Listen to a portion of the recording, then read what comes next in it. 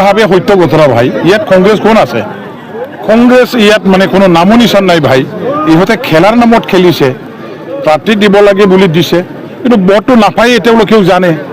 এতিয়া এই ভোট নোপোৱা কেতিয়াও জিকিব নোৱাৰা দলক আমাৰ ভোট দিয়াৰ নামত ভোটদাতা ৰাইজে যদি ভোট দিয়ে, সেই ভোটটো আদানী কৰাৰ মানে কি যুক্তি আছে? এই ভোটটো নষ্ট কৰি লোৱাৰ কি যুক্তি আছে? সেই ভোটটো একেবাৰে ডাষ্টবিনত পেলাই দিয়া হ'ব, বেকাৰত পেলাই দিয়া হ'ব। গতিকে আমাৰ ভাৰতীয় নাগৰিকৰ সবতকৈ মূল্যৱান আমাৰ যিটো নাগৰিক হিচাপে যিটো অধিকাৰ, আমি নিজৰ ইচ্ছামতে ব্যৱহাৰ কৰিব পৰা এই অধিকাৰ, এই ক্ষমতাটো হ'ল ভোট। আৰু সেইটো 5 বছৰৰ পিছতহে পাওঁ।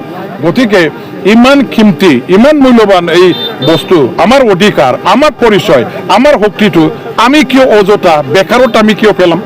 য'ত দিলে নেকি আমাৰ দেশ নিৰ্মাণৰ কাৰণে সহায় হ'ব, য'ত দিলে নেকি আমাৰ ৰাইজৰ কাৰণে ভাল হ'ব, য'ত দিলে নেকি আমাৰ কাৰণে অঞ্চলৰ কাৰণে উন্নতি সৰ্বাংগীন, আমাৰ ইয়াত মানুহবিলাকৰ অৱস্থা, আৰ্থিক অৱস্থা, সামাজিক অৱস্থা, শৈক্ষিক অৱস্থা, স্বাস্থ্যৰ মানে ভাল, এই গোটেইবিলাকৰ কাৰণে কাম কৰাৰ সুবিধা হ'ব। এইবিলাক জাতি নিৰ্মাণৰ কাৰণে, অঞ্চলৰ নিৰ্মাণৰ কাৰণে, ৰাষ্ট্ৰ নিৰ্মাণৰ কাৰণে ইয়াৰ বৃহত্তৰ স্বাৰ্থ আগত ৰাখিহে আমি ভোটটো দিব লাগিব। কাৰণ আমাৰ এটা ভোট দিয়ে, এই ভোটখিনি জমা হৈ এটা আমাৰ কি হয় মানে চৰকাৰ হয়। চৰকাৰ বনোৱাৰ আচল পদ্ধতিটো হ'ল ইলেকশ্যন, আৰু ইলেকশ্যনৰ দ্বাৰা দি চৰকাৰ যিহেতু গঠন কৰা হয়, আৰু সেই চৰকাৰৰ দ্বাৰা দি আমি ৰাষ্ট্ৰ নিৰ্মাণৰ কাৰণে কাম কৰা হয়, দেশৰ কাৰণে কাম কৰা হয়, মানৱ জাতিৰ কাৰণে কাম কৰা হয়, আমাৰ অঞ্চলৰ কাৰণে কাম কৰা হয়। গতিকে এই ভোটটো এনে ধেমালি নহয়, এইটো এনে হেলা পেচা কৰি পেলাই, গুৰুত্বহীন কৰি পেলাই এনে দিয়াৰ নামত দিয়া, সেইটো কেতিয়াও আমি এই ধৰণৰ ভাবি ল'ব নালাগে। যাৰ কাৰণে মই কৈছোঁ যে কংগ্ৰেছক ভোট দিয়া মানে নদীত পেলাই দিয়া এই ভোটটো, আৰু সেইটো কেতিয়াও আমাৰ ভোটাৰবিলাকে যাতে নকৰে, ইয়াৰ কাৰণে মই সাৱধান বাণী ৰাইজক শুনাই দিছোঁ, যাতে তেওঁলোকে পজিটিভ কামৰ কাৰণে, ভাল কামৰ কাৰণে নিজৰ ভোটটো সাব্যস্ত কৰে, নিজৰ ভোটটো যাতে দিয়ে।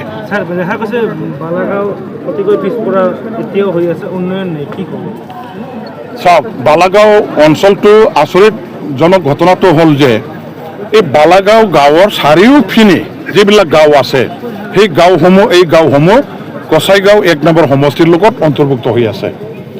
কিন্তু গোটেই ইমান বৰ মানে 5 কিলোমিটাৰ 6 কিলোমিটাৰ পাৰ হৈ আহি বালাগাঁৱৰ পূবফালে কমচে কম 8 কিলোমিটাৰ মান আছে, গেপ আছে। এই গেপ অঞ্চলটো কছাইগাঁও সমষ্টিৰ লগত এইটো পাৰ কৰি পেলাই চিধাকৈ এতিয়া মাজৰ ছেটেলাইটৰ নিচিনা এটাহে গাঁও মাত্ৰ বালাগাঁও গাঁওটো দতমাৰ লগত সোমাই গ'ল। এতিয়া বালাগাঁৱৰ চাৰিওপিনে যিমানবোৰ গাঁও আছে চব গোসাইগাঁও সমষ্টি। এতিয়া শ্ৰীলংকাৰ নিচিনা হৈ আছে।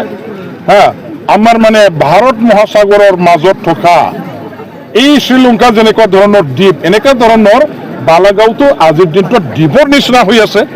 আৰু বালাগাঁৱত মই এইবিলাক মানে উন্নতি হৈছিল না নহৈছিল ইয়াৰ তেনেকুৱা মোৰ অভিজ্ঞতা নাছিল, কিন্তু আজি আহি পেলাই মই দেখা পালোঁ সঁচাকৈ ইয়াত উন্নতিৰ কাম বহুত কৰিব লগা আছে।